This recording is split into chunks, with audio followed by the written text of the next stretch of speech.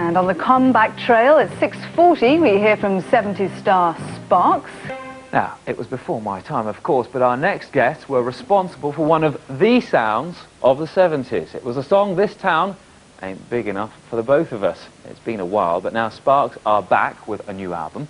I'll be talking to the duo, Ron and Russell Mael, in a minute, but first, here's a blast of their new single, Calm Before the Storm. This is excellent. Really like this. You pleased with it? Yeah, we are, as a matter of fact. What have you actually been doing since the 70s when you sort of first hit the big time? Well, a lot of people, especially in Britain, assume that we kind of just packed it in or something, but in fact, the new album that Calm Before the Storm is on is the 18th album for Sparks. So depending on what part of the world you're in at any one given time, you would know that there has been a certain amount of activity for the band. Okay, how would you say, Ron, that your music has changed in the last sort of intervening years? Well, there's always been kind of a sensibility that's continued from the 70s till the present day, but just we've kind of surrounded it with different things. We've gone to working with a regular band approach, and then we've used electronics. We work with Giorgio Moroder, so it's kind of, there's a line that continues, but just we've kind of added different trappings around it over time. We're really kind of stuck because what we do is so stylized that it tends to have a certain thing regardless of what we do.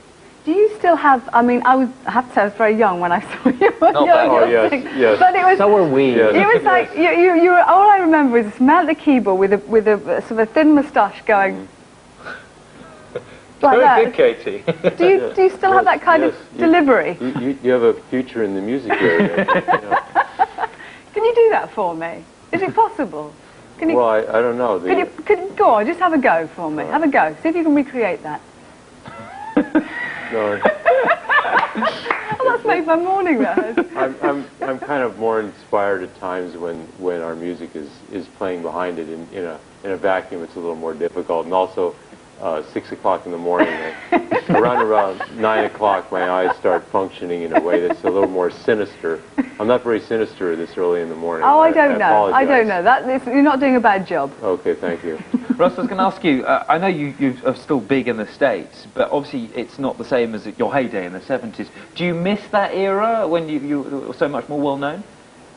Well, I mean, one always wants to have a lot of adoring people liking what you're doing and stuff, so obviously being successful in a commercial way it's important, but we think that we're in a really unique position that a lot of bands aren't, that we've had 18 albums and we're sort of still flying beneath the radar, that we're respected critically and have a really, really avid cult following that follows us no matter what we do, and that we continue to kind of chug along. There's been bands that have had more commercial success than we have, that have sort of had their peak and are gone. There's ones that have had their one little shot and they're gone, but Sparks just kind of keeps chugging along beneath the radar, and we're kind of proud of that we're doing music that we think is still really valid and really modern and current. Excellent. Thank you both very much for coming, and the best of luck with the new single.